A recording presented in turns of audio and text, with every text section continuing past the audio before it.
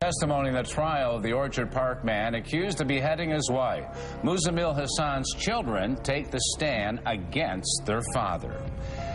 Good evening, everyone. Muzzammil Hassan came face-to-face with his son and daughter today, who testified for the prosecution. Michael and Sonia Hassan say their father became violent in the past.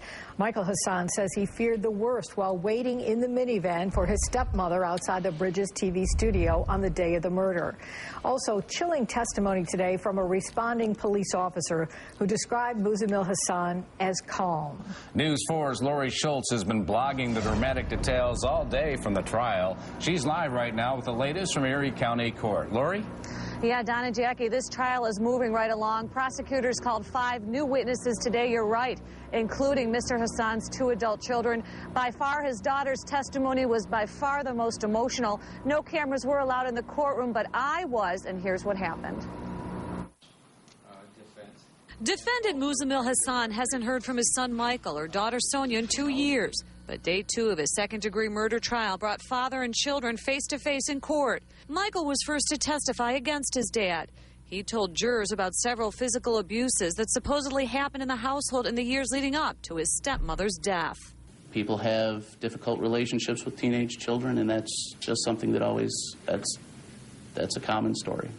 Hassan's attorney began his cross-examination by asking Michael, "You don't like your father very much, do you?" Michael replied, "No." He and his sister called Asiya Uma, mother, because they claimed she was more of a parent to them. Both children admitted the couple argued, but neither of them saw Asiya instigate a fight. A growing theme of the defense seems to be that Mo Hassan's actions were always misunderstood. Suffice it to say, teenage relationships with parents are difficult. Michael testified that he was freaked out upon learning Asiya was killed. He and his 2 younger siblings were outside Bridges TV in a minivan waiting for her as she met her death. He told jurors, "I was nervous. It was my understanding my dad would not be at the office." When they stopped by to drop off some clean clothes for him, Asiya filed a divorce 6 days earlier.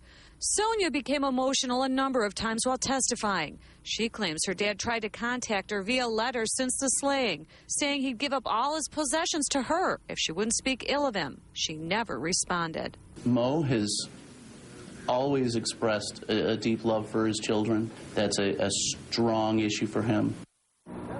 Okay, Lori Schultz live outside Erie County Court where her testimony wrapped up just moments ago here. Something that I noticed in court, though, with these 2 witnesses was that not at all did they refer to their father as father, but really repeatedly calling him defendant, something very interesting of note. Also, for the first time today, we did hear Mr. Hassan speak.